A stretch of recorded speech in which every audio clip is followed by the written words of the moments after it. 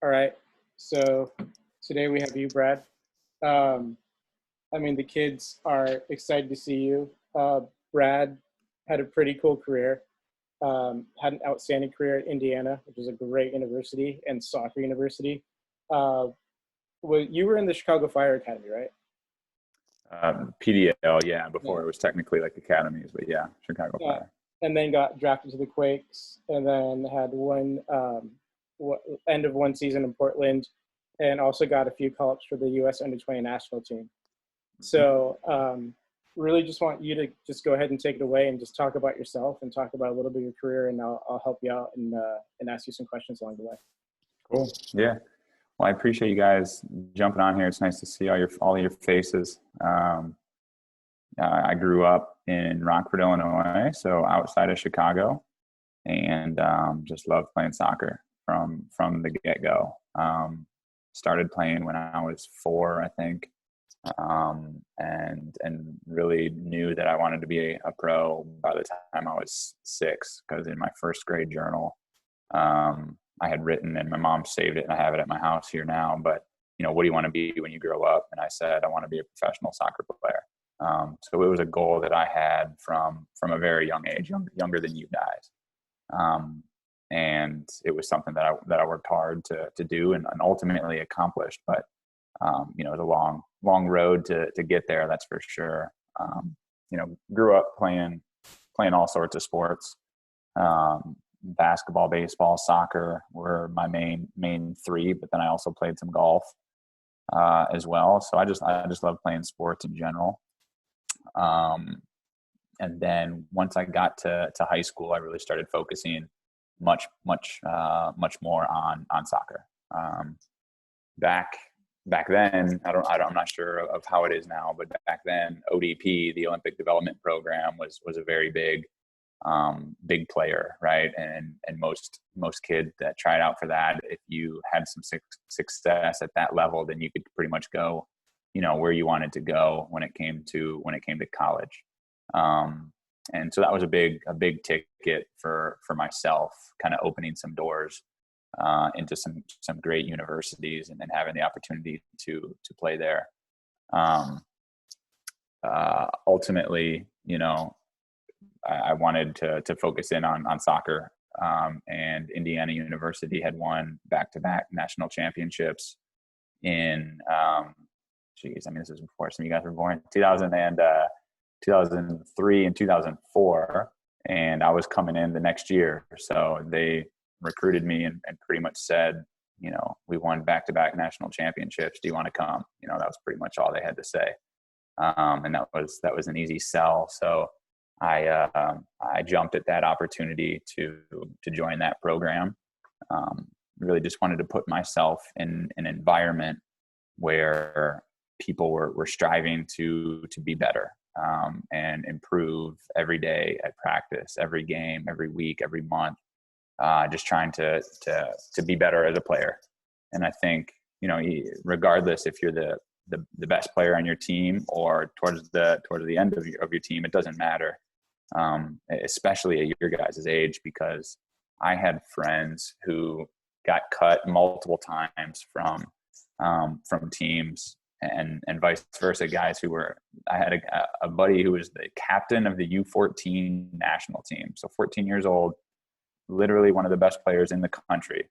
And he ended up not even playing college soccer 4 years later. So, you can go down, you can go up, and it's really how much work you guys are willing to put in, in order to get where you want to go. And that doesn't mean you guys all even want to be professionals, and that's totally fine. But soccer can help teach a lot of lessons along the way and open some great doors for you, in life in general, getting to meet some awesome players. I'm sure some of your guys' best friends are on your team, as my best friends were when I was growing up. And although I had a great time in college and professionally, some of my best memories was youth soccer, for sure. That, like, elementary school, middle school, even into high school. Some of those years playing with my buddies, playing with my school friends, and and all that were some of my favorite times ever. That's for sure. So, fast forward into high school, I was a 2-time All-American out of high school. And as Brando said, got a U20 call up my freshman year of Indiana University, 2 call ups. So played against the Canadian national team, and then I traveled with the U20 team over to Northern Ireland for a tournament over there called the Milk Cup. I don't even remember who we played over there, but a couple national teams over there. So an awesome experience to, be able to wear a U.S. Team jersey, right? Have the patch on your chest, which is something that I'll always cherish for sure. That was a dream come true, and played with some awesome guys at that level. I was a teammate of Michael Bradley on some of those teams, and many other guys that you might not know, or maybe you do, but that's one of the bigger names as far as that goes. When I got to college, so to Indiana University, had some success there, and was a 2-time All-American at Indiana as well. And that's definitely something that I'm proud of. But another thing that I'm probably even more proud of is that I was actually an academic All-American as well. So always wanted to make sure I was putting an emphasis on education, because I knew I wasn't going to be playing soccer for my entire life. And even if I had a good career, it might last 10 to 12, 15 years max. And then, that chapter is going to be over, and I gotta do something else. I gotta have a second career. So I was always making sure that I was set up well for that second career. After my junior season of at Indiana, I had some interest from the MLS to leave school early and turn pro.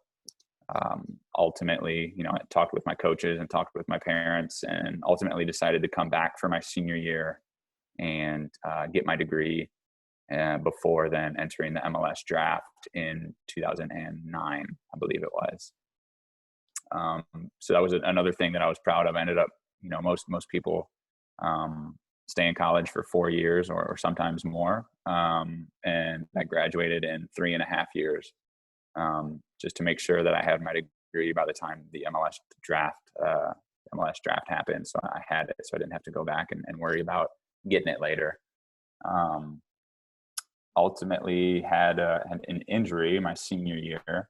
So I missed a big chunk of games. I think half of the season I missed. And then I came back for the playoffs, played in a couple games, re-injured it. So I ended up not even participating in the MLS Combine. But San Jose Earthquakes ended up drafting me number 17 overall in the draft. And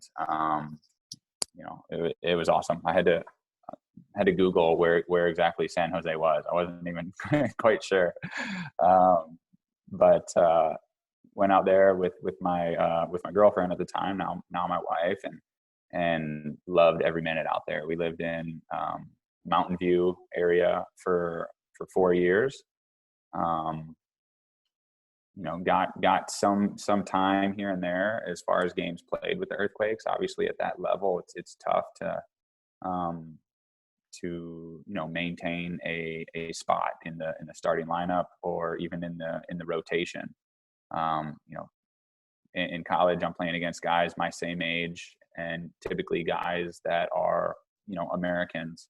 And then you get to the professional level, and you're playing against guys 10, 15 years older than you, guys that have played for much longer, have much more experience, and are quite frankly just better than I was in some regards. So that was a battle. I was used to being, the guy on my team, and I had to start from ground zero and work my way back up. Luckily, there's some awesome individuals in San Jose that made it feel like home and welcomed me not only to the club but to the community, and that helped that transition as well. But I think I ended up having maybe I don't even know 100%, maybe like 40 or 50 appearances in the MLS over 4 years. As Brendo said, I ended up having a short stint with the Portland Timbers in 2013. There are some great guys on that team. Darlington Nagbe is one guy that I played with on that team who he's won 2 MLS Cups, I believe now, most recently in Atlanta United.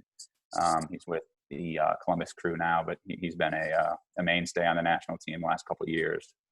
And then I moved on to the second division after the MLS. So the USL is what it is now, and ended up playing 5 years at the second division in Indianapolis, and really enjoyed that as well. I wasn't quite sure what the level was going to be like coming from the MLS, but it's actually quite good. Played over 100 games for the club here in Indy, and loved every minute of it here as well. So that's a kind of a 10-minute blurb on me and kind of how I came from a child to now, I guess, and kind of the soccer highlights along the way. I'll pause here for a moment to see if there's any questions, and if not, I can talk a little bit more. But if there's any questions off of kind of that 10 minutes, fire away. What we can do is we'll hold the questions to the end. But we wanted to go back to what you said in the beginning, how you knew that you wanted to be a professional soccer player since like first grade. When did you start playing, and was it like AYSO, rec, or did you kind of go into a club situation right off the bat? And if it was like rec first, when did it get like serious club? Yeah, no, that's a good question. It was definitely rec first. It was AYSO. Did that, I think, age 4, probably 4, 5, 6. Yeah, 4, 5, and 6. And then when I was 7, my dad said, "Do you want to try out for this team, this club team?" And I said, "Yeah, sure. Let's do it." And they said, "Well, the youngest age is U10. So you're gonna be playing against some older kids." So I said, "All right, that's fine. Let's do it. I'm not scared." So I'm 7 at this point, playing against 9 and 10-year-olds. When I went to the tryout, I started crying. I got scared. I saw the guys running around. I was smaller.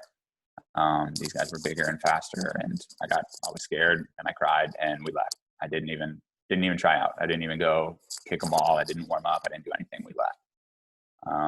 We ended up coming back the next day, and went up to the coach and said, I'm ready to play here today. I'm ready to try out. Would you give me another shot? And he said, "Yeah, of course." So ended up making the team. But that was a good experience for me at that age, just because I was in a competitive environment playing against some guys that were a year or two older than me, and I really enjoyed that process. So I played for that club for when I was 7 to 16, so the same club for about 9 years. And that was just a club in Rockford, Illinois. So I'm sure none of you have heard of Rockford. But just a smaller club. We had some good guys, good coaches, and we were always a really good team, but not at not really at a state level, and definitely not at a national level or anything like that. And then when I was a junior in high school, back when I was, all right, I got, let's take this soccer thing really serious and see where it can take me. I decided to join the Chicago Magic, and I'm not sure of their situation now, but at that time they were one of the better clubs, definitely in the Midwest and the country as well. So that was another another way that I felt like I needed to kind of challenge myself. Joined them for just 2 years to try to get a little exposure before college. And then went into college, but all the while that whole time I was doing the ODP ODP on the kind of on the side, so to speak. So always keeping busy and playing as much as I could, but also not not 24/7, so to speak. Like I said before, I enjoyed playing these other sports. So I would play basketball in the winter, and I would play baseball and soccer in the spring. So I enjoyed playing all sorts of sports. But yeah, that would be my answer, Brando. When you were on these teams playing soccer, were you always one of the better players? Or if you weren't, what was the difference between like the good players and like the and later on, like when you got to like the bigger clubs, what was the difference between like the good players and like the elite players? That's a great question. I was, one of the better players up until I turned pro, essentially. And I think one of the biggest things is consistency. I think anyone can have a good game here and there, and maybe they have a great goal, once or twice a year. But can you do it consistently, right? Can you play at a high level every game? And not saying can you be the best player on the field every game, but can you play your best every game, or at least pretty darn close to your best? So I think that's the big difference between guys that continuously made that jump up to the next level, right? And guys that, had some success, but weren't quite able to kind of punch through to the next level. So one of the things that we tell the kids a lot, there's like this phrase that we always say is like, how do you separate yourself? Like right now, I sent you some of the training stuff that we're doing now. It's definitely very different from everyone else who's training at home.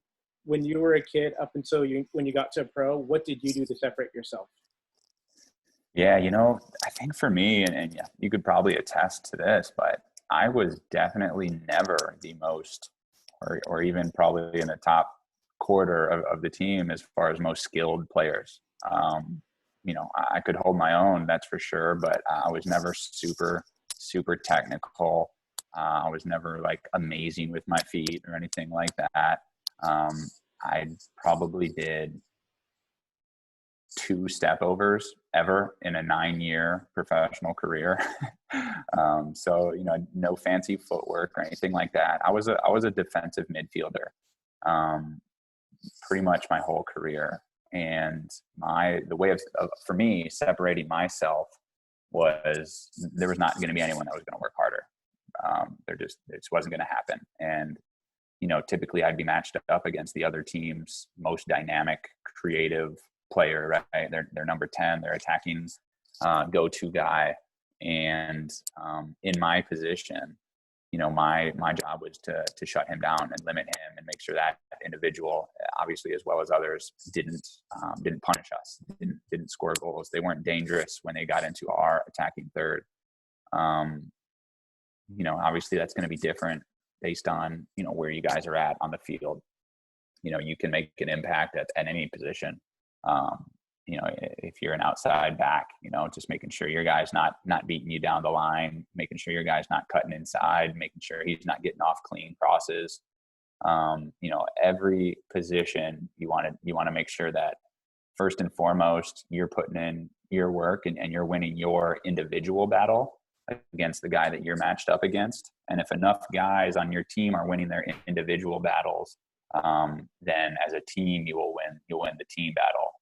So that was always one thing that I wanted to make sure that I was bringing to my team, was that, hey, I'm going to win my battle in the middle of the park, that's for sure, and I'm going to help everyone else win their battles as well, and together we'll be successful because of that. Part of the reason I wanted you to talk to these guys is besides the fact that you're really articulate and you're a smart guy, the way that you played, you were saying like you weren't the most technical guy or whatever, but the one thing I saw about you is that you weren't the biggest guy, but you were super strong and very confident in what you did.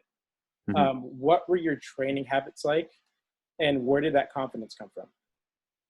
Yeah, I think, kind of touching on that, I would, at a younger age, I would do some extra training on my own, that's for sure.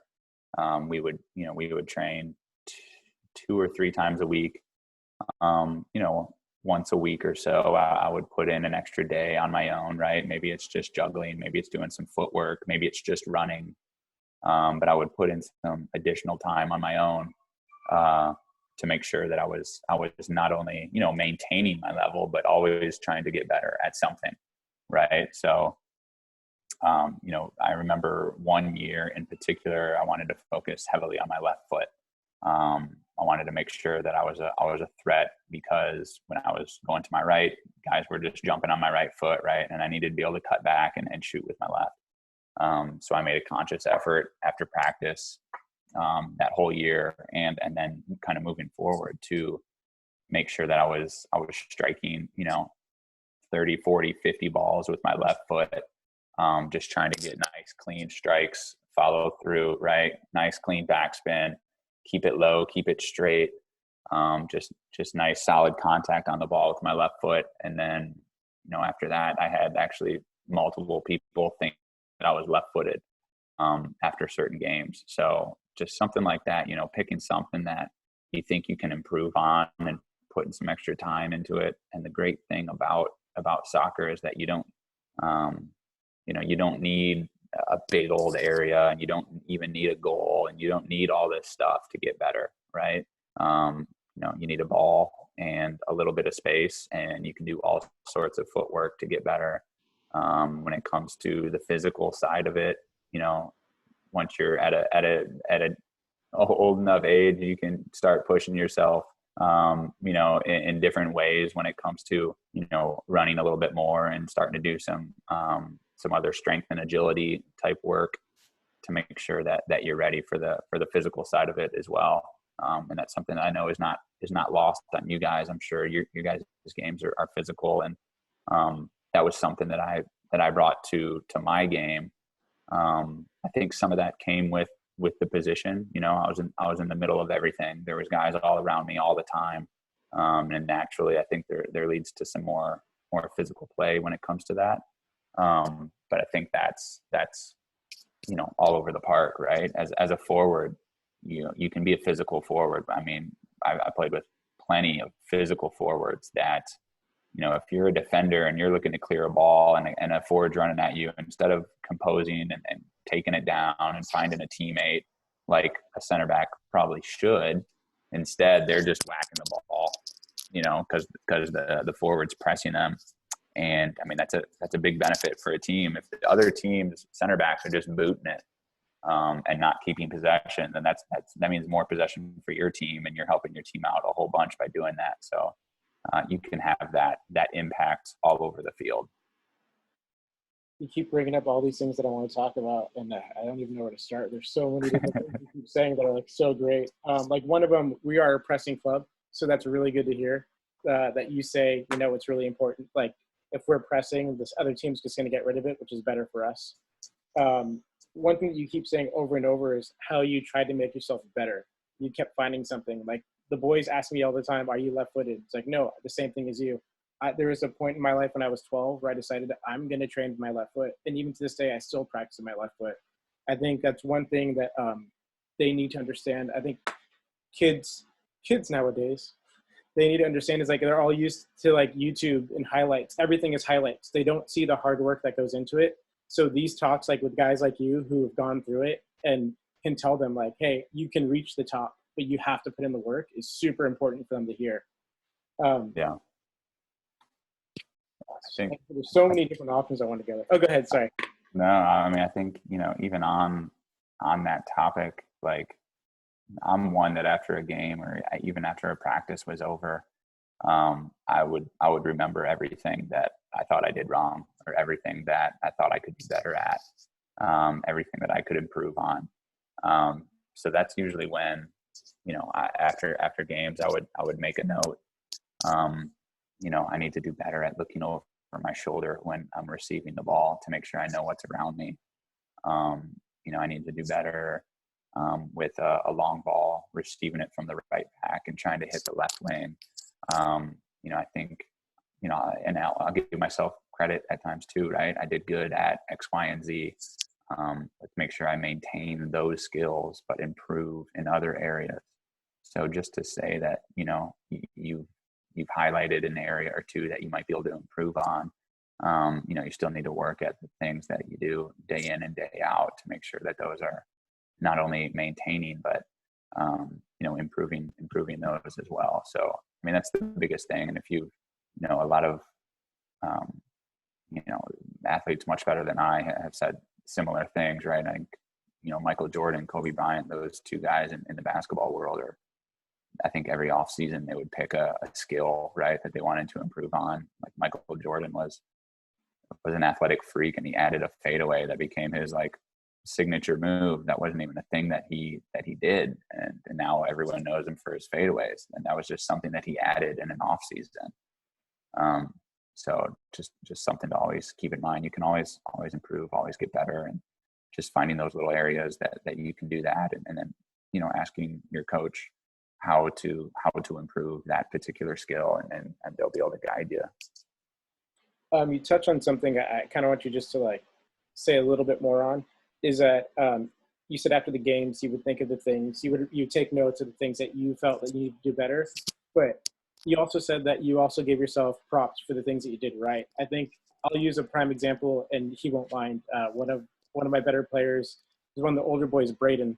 He's a captain of the 07s, and anytime he makes a mistake, that's in his head, and that's all he thinks about for the rest of the day. You can see it in his face, and he even said that he wanted to work on that. How would you go about giving someone advice to like not just worry on the mistakes, the one or two mistakes they made?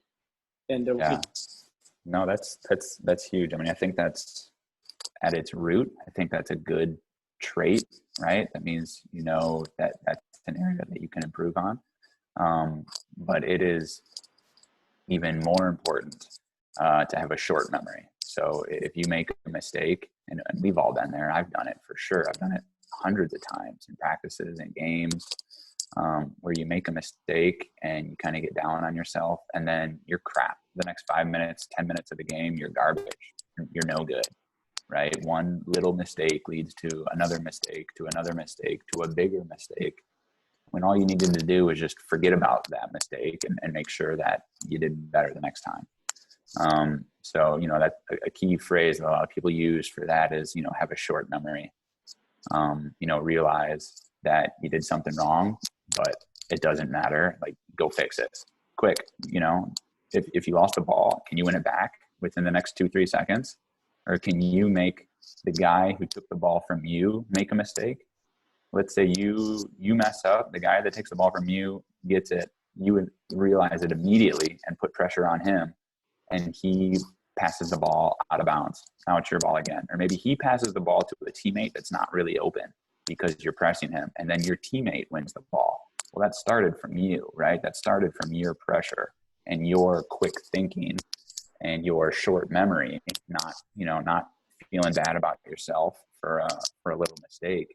And trying to fix it really quick. And if you guys are a pressing team, then obviously that's something that you guys have probably already talked about. But you lose possession in the middle third or the attacking third, and how quickly can you reapply pressure to try to win that ball back in a dangerous area in the attacking half? Awesome. So now, can we talk about diet a little bit, and like when you're training and kind of how you go about your life when you were a pro, and even when you were a kid? Like, were you super fit when you were a kid? I mean, I can tell you when I was a kid, I was pudgy. I was super pudgy until I found out how to run, and then I haven't stopped running for the rest of my life, which has helped me. But I think I was always pretty fit my whole life, probably because I was playing every sport that I possibly could, pretty much every day. But as far as kind of the nutrition aspect of it and diet, that was something that I'd say I was always okay at, growing up. I had a coach a Jamaican coach that said, if you saw any of his players drinking, pop or Coke, that they wouldn't play. So, and he was my coach when I was 7 years old. So from an early age, I realized, Coke and some of those drinks, and Sprite, right? All of them, are not good, are not healthy. And and athletes really shouldn't be drinking them. So I never did, and to this day I still don't. So that was one, kind of decision earlier in my life that I made and stuck with. As far as when I got a little bit older, I mean, you guys are young, you can get away with some of this stuff, but as you get older, and even now, you guys are kind of getting to that age where, these little advantages can be big, right? If you're playing against the guy that had a McDonald's breakfast and then had a Coke and then had a donut or something before a game, like, and you had a good meal and drank some water and all that, like, you're going to be feeling better than that guy. And maybe that won't show in the 5th minute or the 40th minute, but 5 minutes left in the game and he's sucking wind and you're cruising past him. I can guarantee you that what you ate that day and the day before is having an impact on that. So that's something to keep in mind. And kind of even on that topic, kind of when I got to Indianapolis to play for Indy 11, I felt like I was kind of at a point in my life where I was ready to give back a little bit. So I started a program called, what the heck was it called now? Reading something very original, Rings reading program. That's what it was. And I visited elementary schools on my day off, and I would talk to the third, I think it's usually 3rd and 4th grade, sometimes 5th grade, 3rd, 4th, and 5th grades. And that program was really centered around 3 main things. Obviously, reading was one. Number 2 was nutrition. So just like what we talked about, what you're eating, what you're putting into your body. And then 3 was just being active. So those were the 3 main focal points. And, over the course of 2 seasons, I think I visited 14, 15 schools and kind of gave a presentation about all of that, just trying to help younger kids make smart choices with their life when it comes to those 3 things. So it's funny you brought that up. That's something that, I've always been, kind of passionate about. And if a couple of you guys, pay attention to, a few things that I say on the call here, hopefully that's one of them, that you can make small decisions throughout your days to have a big impact on your game. Awesome. So we have this thing that we've been doing with our kids. The whole club has been doing it. I keep forgetting the guy who made the presentation, but it's called Game Face, and it's all about creating like top players. And the biggest thing is consistency, right? But part of the exercise that we do with them is that they have to pick 3 words. One is an action word, strong, quick, whatever action word you want to use, that you want to describe yourself as, because all this comes down to is imagine yourself as the best version of you playing.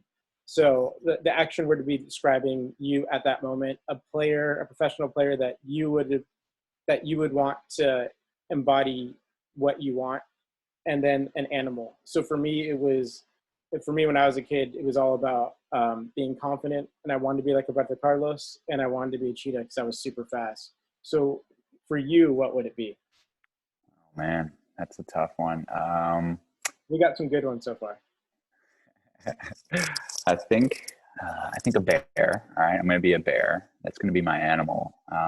As far as some kind of descriptive words, I think a leader would be one, and then a communicator. I think that's a huge thing that I didn't pick up. I didn't pick that up until I got to IU. I didn't pick up that skill until I got to college, and even my freshman year was not great at it. But come sophomore, junior, senior year into my professional career, that was one of my strengths. As a youth player, I always thought, if I'm doing my job, then that's my job, right? I'm doing it. I'm winning my battle, and hopefully my team wins, type of thing. And then when I got to IU, the coaching staff, a would happen. And they'd be say, well, why didn't you say anything? I was like, what do you mean? What am I going to say? They're like, well, did you see that guy making the run? And I said, yeah, I saw him. They said, well, why didn't you tell the left back that he was coming? And it was like just literally something that I never thought of until that point, right?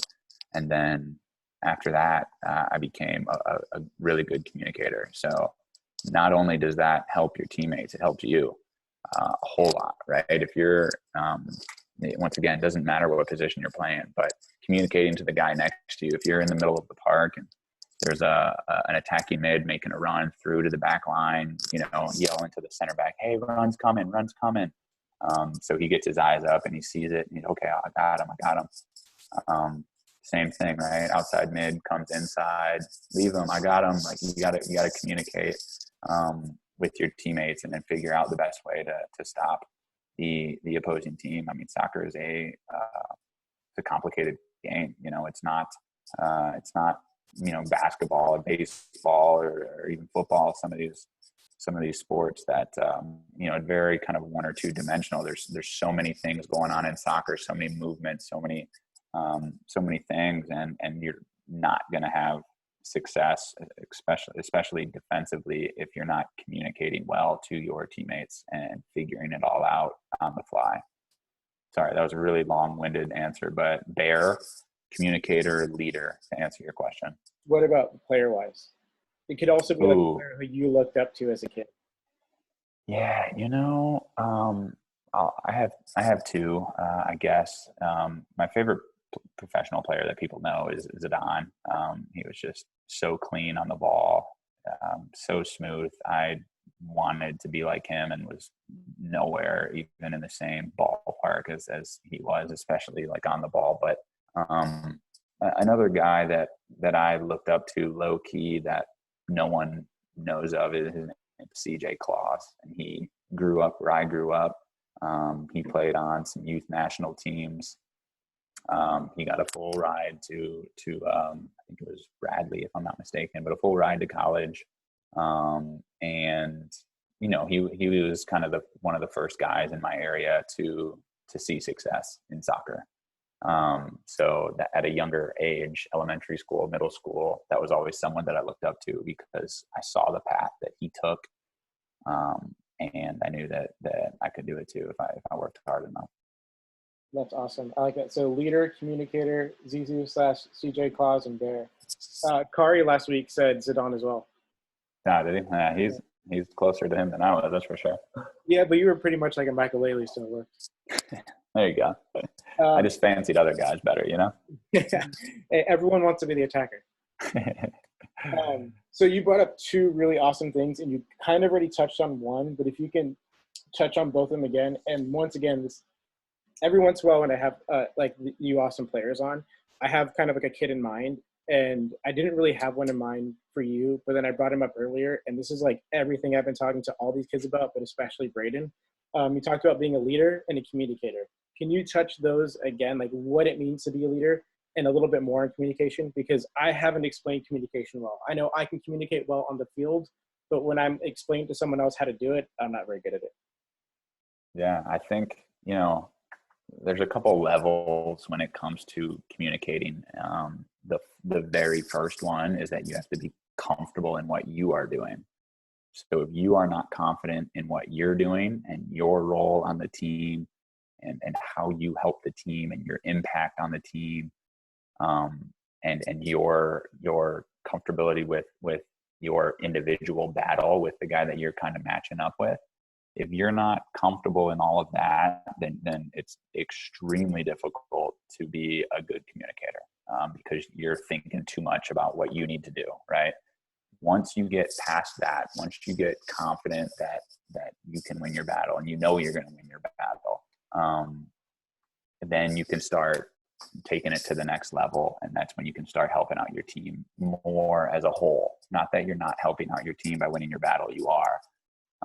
And as I said earlier, if you get 7 or 8 guys out of the 11, you guys play smaller teams, I think, at some ages, but you know what I mean? If the majority of your team is winning that battle, then your team's going to win the game. And once you get to the point yourself, comfortable and confident in what you're doing, then you can start helping out others.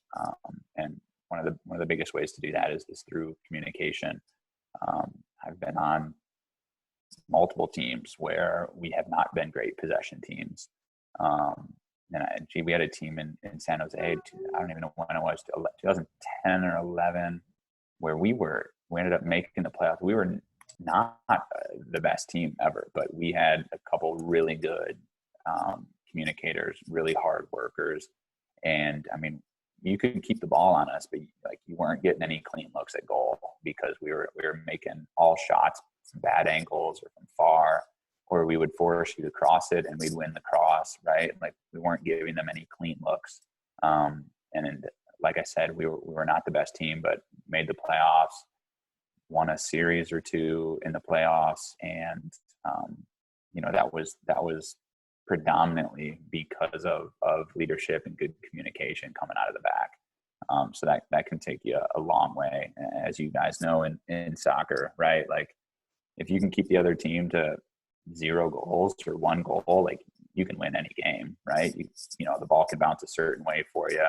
And you can get one, but if you're letting in 2, 3, 4 goals, it's going to be hard to see any success with that. So I think those two things are extremely important, but definitely need to emphasize that. It's hard to communicate and help others until you yourself are comfortable and confident in what you are doing. Awesome. Are you ever afraid when you step on the field? No, probably too much the opposite way. I wouldn't give guys respect that probably deserved it a little bit.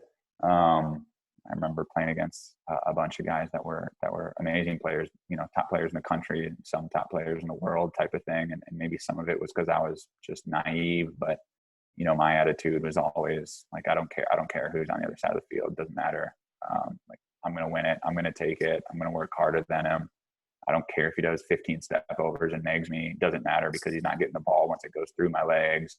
And next time he tries it, I'm going to win it and we're going to counter on him.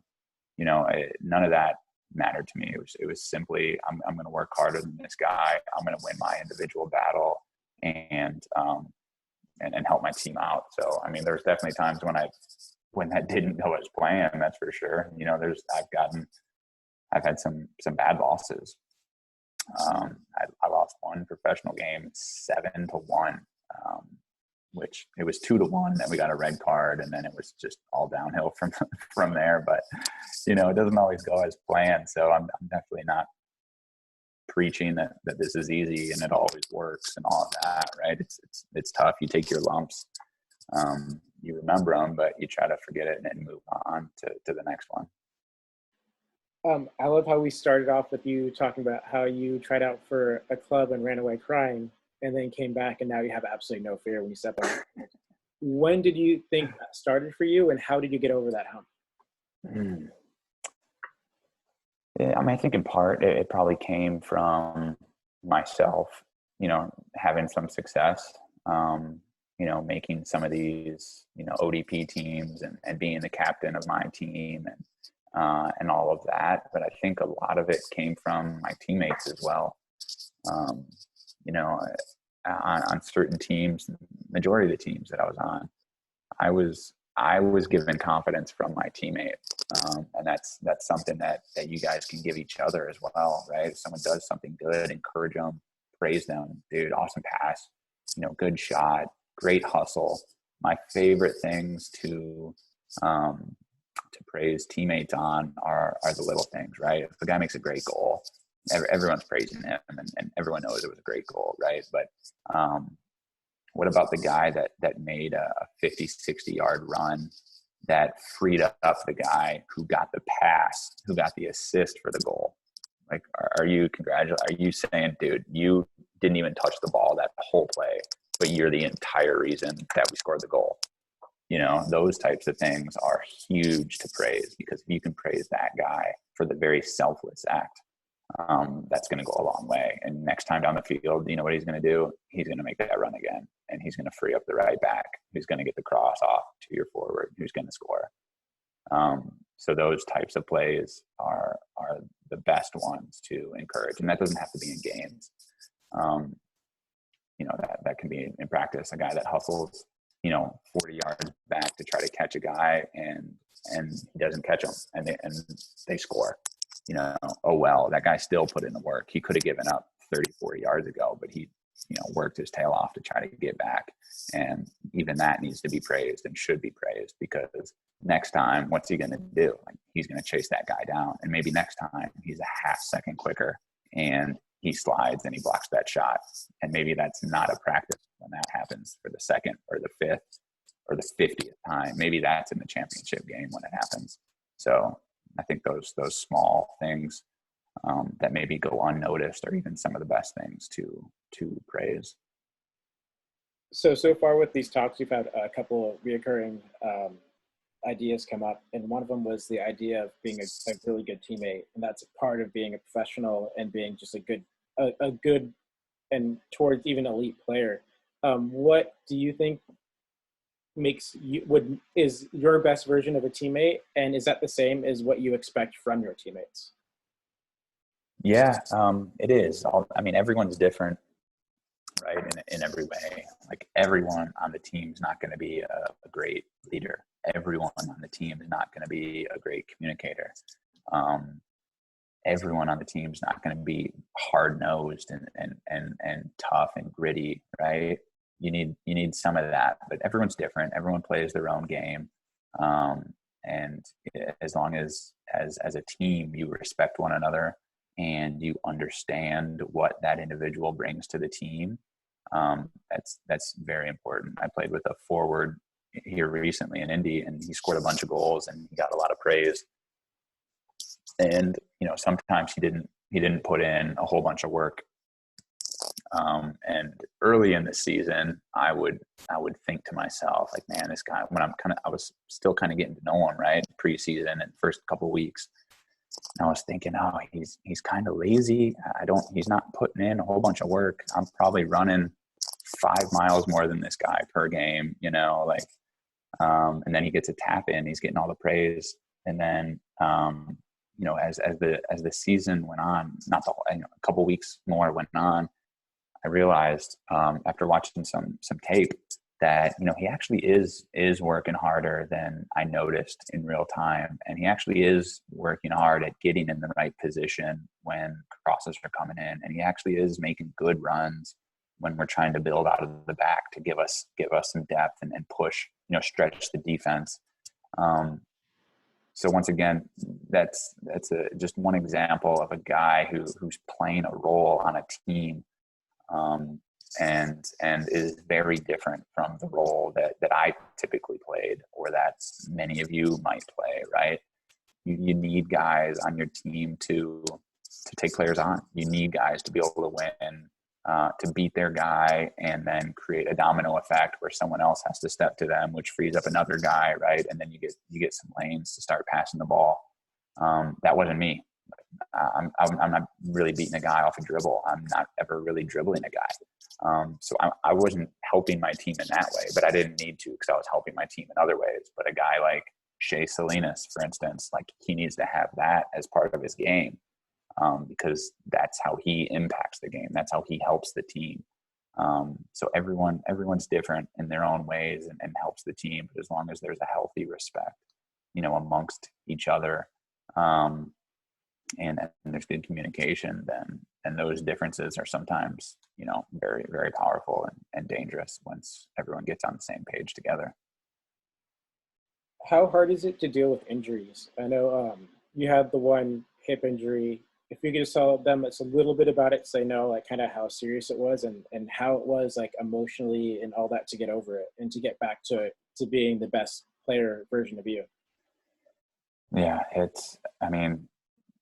to be honest, it's a pretty crazy story if you kind of stop and think about it. So I was, you know, my whole dream in life was to be a professional soccer player, right? That's what I wanted to do.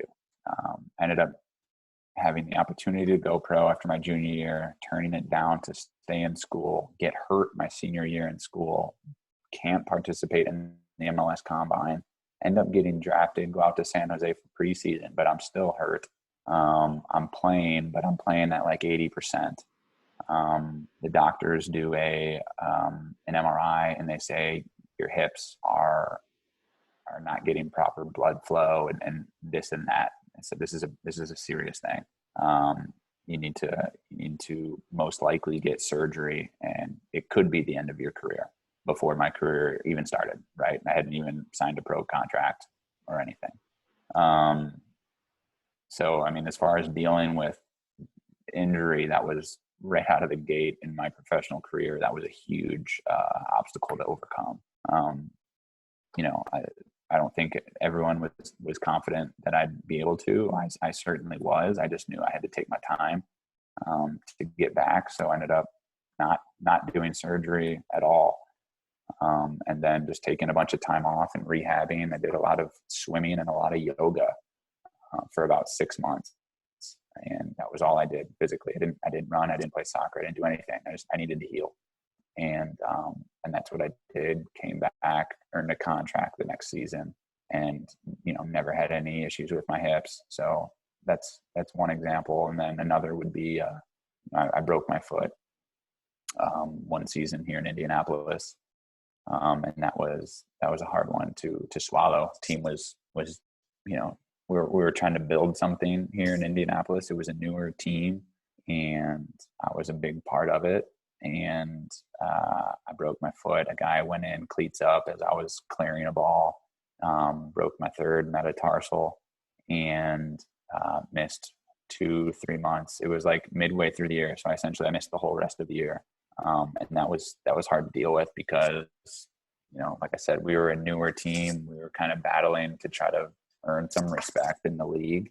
And the next 2-3 months, I was just watching my teammates battling and losing, and just feeling bad that I wasn't able to help. I think with injuries, the biggest thing to keep in mind is that it may feel like the biggest thing in the world, right? I'm missing this tournament, or I'm missing 2 months or 4 months or 9 months.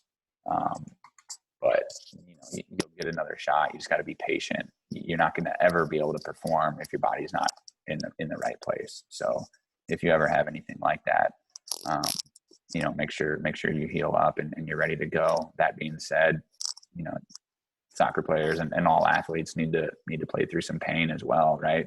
Got to know the difference between a bruise, right, that may hurt, but it's not going to hurt your body, and something that's a ligament or a bone, right, something like that you can hurt your body more playing on. So big difference there. And obviously you have coaches and doctors to help guide you, as far as parents as well, to help guide you as far as when it's appropriate to play through a little bit of pain and when it's not. But when I broke my foot, actually, it was a stress fracture, and they thought maybe it was a bone bruise. So I played 10 more minutes on it. And then a guy took off down the field, and I went to go run, and imagine this was my foot. It was just like this. And when I went to go push off, I just heard it was just the bone in my foot just snapping.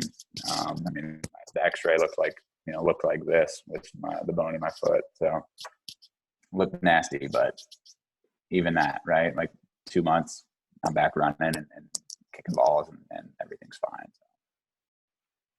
Speaking on kind of that issue, we still have a couple questions the kids wanted to ask, and then I'll get into their actual questions, like them asking you live, that they thought of as we're talking.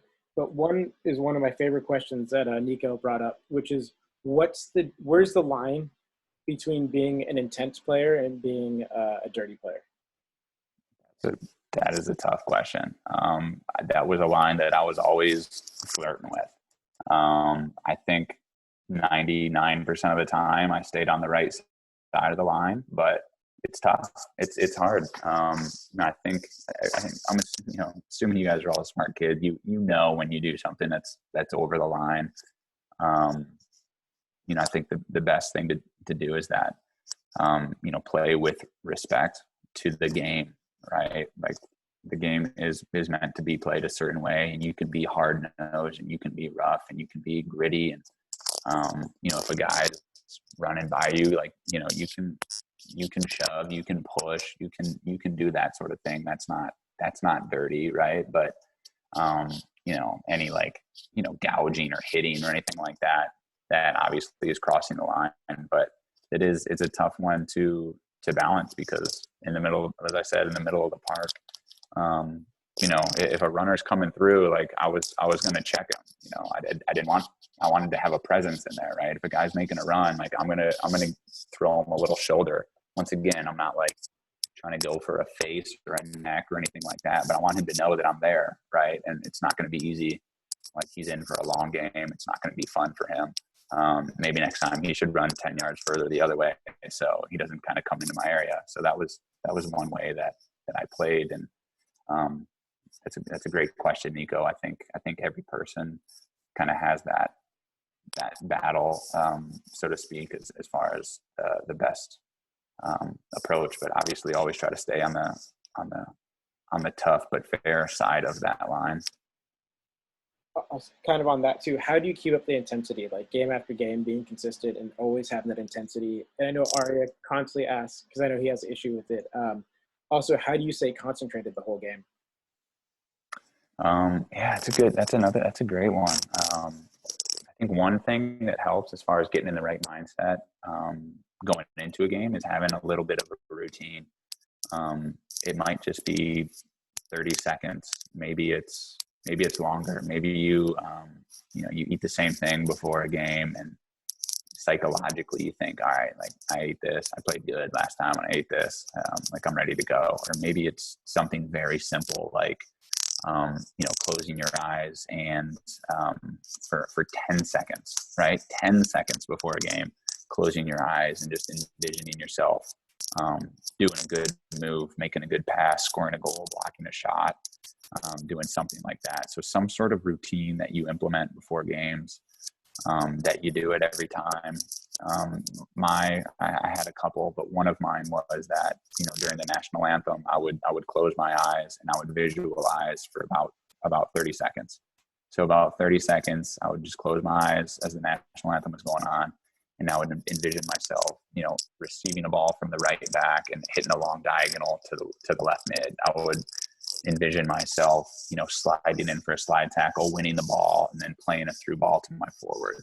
I would envision myself, going up strong for a header to clear one out of the box. I would envision myself hitting a shot from 25 out, keeping it low and driving it to the far post, right? So all these different things that I did a lot during games, I would try to get myself ready mentally to do that. Awesome. Okay, so what did it feel like when you got drafted? It was exciting. When you get drafted, nothing's guaranteed. So although it was exciting, it was in a way anticlimactic, because although it's just giving you an opportunity to try out for a team, essentially, right? Like, just because they drafted you doesn't mean that you're on the team and you're now a professional. Like, you still need to earn a contract. So it was very exciting. It was something that I was definitely proud of, and it definitely, opened the door to a career in the MLS. But I knew that, I still had some work to do. So I had fun celebrating that night, and then the next day, at the gym with even more to work for. What does it feel like being a professional soccer player? It was great. I loved it. I played 9 years. Had an absolute blast. I never would have lived in California, if it wasn't for soccer. I never would have gone to Italy or Portugal or Spain or Brazil, or Italy, Costa Rica, a bunch of these places that I was able to travel to because of soccer, and opened up a lot of doors. As I said before, opened up a lot of friendships as well. As a professional, the life is pretty good. I've seen the flip side now, right? I work a 9 to 5 now, and although I like what I do, it's different from the soccer world, that's for sure.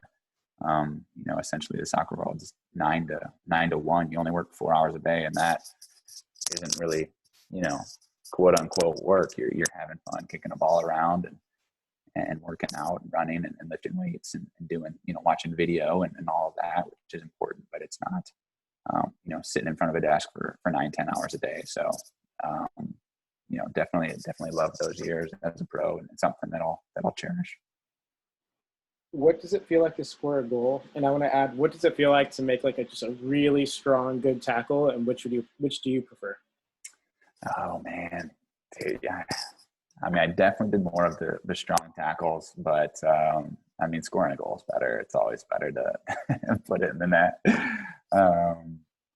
It's funny because in high school, I actually had like over 100 goals in high school. So I scored a lot in high school. And then college, I scored, I don't know, maybe 12 or something over the 4 years. So like, a couple of 3-4 a year maybe. And then in college, as a pro, not nearly as much, never in the MLS. In a real game, I think I had like an Open Cup and some reserve games and things like that. But, putting in a winner is definitely a fun feeling for sure. We had a game, I didn't score the goal, but for some reason I thought of this story, but we had a game playing against the rival here in Indy, playing against the New York Cosmos, and they were up 1-0 going into extra time, and we scored a goal in the 91st minute and then another one in the 93rd and won 2-1, which that was one of the craziest endings of a game that I could imagine. And then another one that came to mind was in college. We were playing against Maryland, and we were down 3-0 at Maryland. They had Graham Zusi, Chris Seitz, a bunch of guys. I'm forgetting a bunch of names from that team. Literally the whole roster is like pro. We were down 3-0 with 10 or 12 minutes left and scored 3 goals in the last 10 minutes to take it into overtime. And the last one was with like 7 seconds left, was like a header off a corner. So those types of feelings, right? Coming back or beating a rival or something like that is what sticks out. During the course of the game, do you hear the crowd or do you block it out? And does it help or does it hurt when you hear them? Blocked out for the majority. Definitely not when I'm like actually playing, right? If there's a goal kick or like a throw in, sometimes my brain will check out for 2 seconds and you'll kind of hear some noise. But then as soon as, the guy getting the ball, gets it in his hands and kind of getting ready to get it back in play, then kind of switch back in. So, not a big role. It certainly doesn't hurt though. I always loved playing road games and getting cheered against and people booing you and things like that. That always got me going even more. So I think the better the atmosphere, the more people, the louder, the better, even if they're against you. What's the best way to deal with not getting enough, or not enough, but personally you feel not enough playing time? Yeah, that's a tough one. I've dealt with that for sure. Times where I thought it was just a blatantly wrong decision, and then other times where I could understand it. And I think it's tough. I think the one thing to keep in mind is that whoever the coach is at the time, like they're making a decision for what they think is best for the team, and the easiest way to change where your situation is to prove him wrong, right? Okay, he doesn't view me as the starter right now. What do I have to do that? And you can ask, go up to your coach and say, hey, I'm not playing as much as I would like. I'm not complaining about it. I just want to know what can I do to get better? What can I do to get on the field? What would you like to see from me where I can help the team? And that's something that I saw professionals do during my career, is go up to coaches and ask that. And once again, not in a complaining way or anything like that, and certainly not talking down or bad upon your teammates, but just looking for guidance. I think I'm doing this and this pretty good. It appears as though you think I could be doing some other things better? What do you think those things are, and how can I get better at it? I think is the best way to approach it. But yeah, playing or not playing, excuse me, is not, it's not an easy thing to deal with, but it's got to work hard to try to change the situation. Awesome. So I'm going to open it up now to the kids. They know the drill. They're going to, I'm going to get text from Arya, who's the awesome helper, and I'll say your name, unmute yourself, ask your question, mute yourself again, and then if you want to add something to it after, go ahead and unmute yourself. But we're going to start with Adam.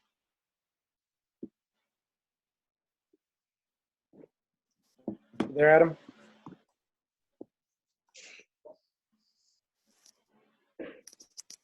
Okay, here. Now we're going to skip Adam. All right, remember, raise your hand and be ready to go. Arya, do you have a question? Right. No, I don't. Did you need to send me the list of the other guys? Yeah, but no one's raising their hand. Uh-oh. Fine, let's go. Is Braden still there? Yep, I'm here. Braden. So this is a kid I've been talking about the whole time. I think he, a lot of what you've been saying has been very useful to him. So I'm sure Braden has a question. Is there like more ways that you stay positive? Like, is there like a way that you stay positive in the game, even when you're like losing by a lot? Yeah, that's a hard one for sure. But I think, one thing that I heard a coach tell me when I was younger was, control the controllables. It's 3 words, but something that I always remember, right? Control what you can control. You can control, your effort. That's for sure. You can control that all the time. You can control the positive energy you bring to your game and your teammates' games. Those are all things you can control, right? You can't always control other elements. You're going to have games, balls aren't bouncing your way for whatever reason. Maybe the other team is just on fire that game, or maybe they're just better. It's possible. But you can always control certain things. So make sure that you're controlling the things that you can control. And then on top of that, negative thoughts are never going to help, no matter what. So even earlier when I said, after games, I would think of things that I could have done better. Those weren't done in a negative way. That wasn't like me whining, like, oh, can't believe I passed that ball out of bounds. Oh my gosh. Like, it was more like, I tried, it didn't work that time. So I got to get it better next time. I got to work a little bit harder to improve that, and maybe focus a little bit more and not get lazy and lift my head up right before I hit the ball, right? There's all these little things that you can do. So I guess to answer your question, 2 parts would be, control what you can control, and then forget about the rest. And then, control what you can control. All right, Jordan has a question.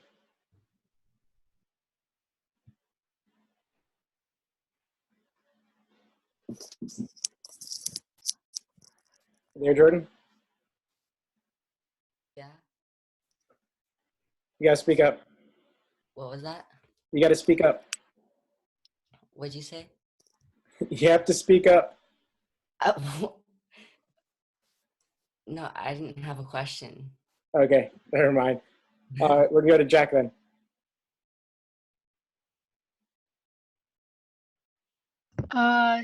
You pretty much explained everything that I wanted to know, so I don't think I have a question. All right, Horacio.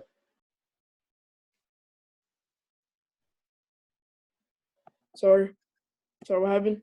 My audio's like not working that well. You have a question? No, I do not. Sorry. All right, Alex.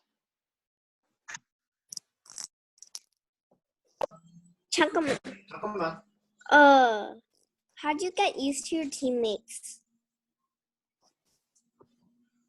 Yeah, I think, sometimes it happens quickly, and other times it takes some time. So, sometimes when you, and I'm sure you guys have experienced this, but sometimes when you play with a player for the first time, everything kind of clicks. You kind of know where he's going to be. He knows where you're going to be. you know where he wants the ball, and vice versa. It's just kind of easy.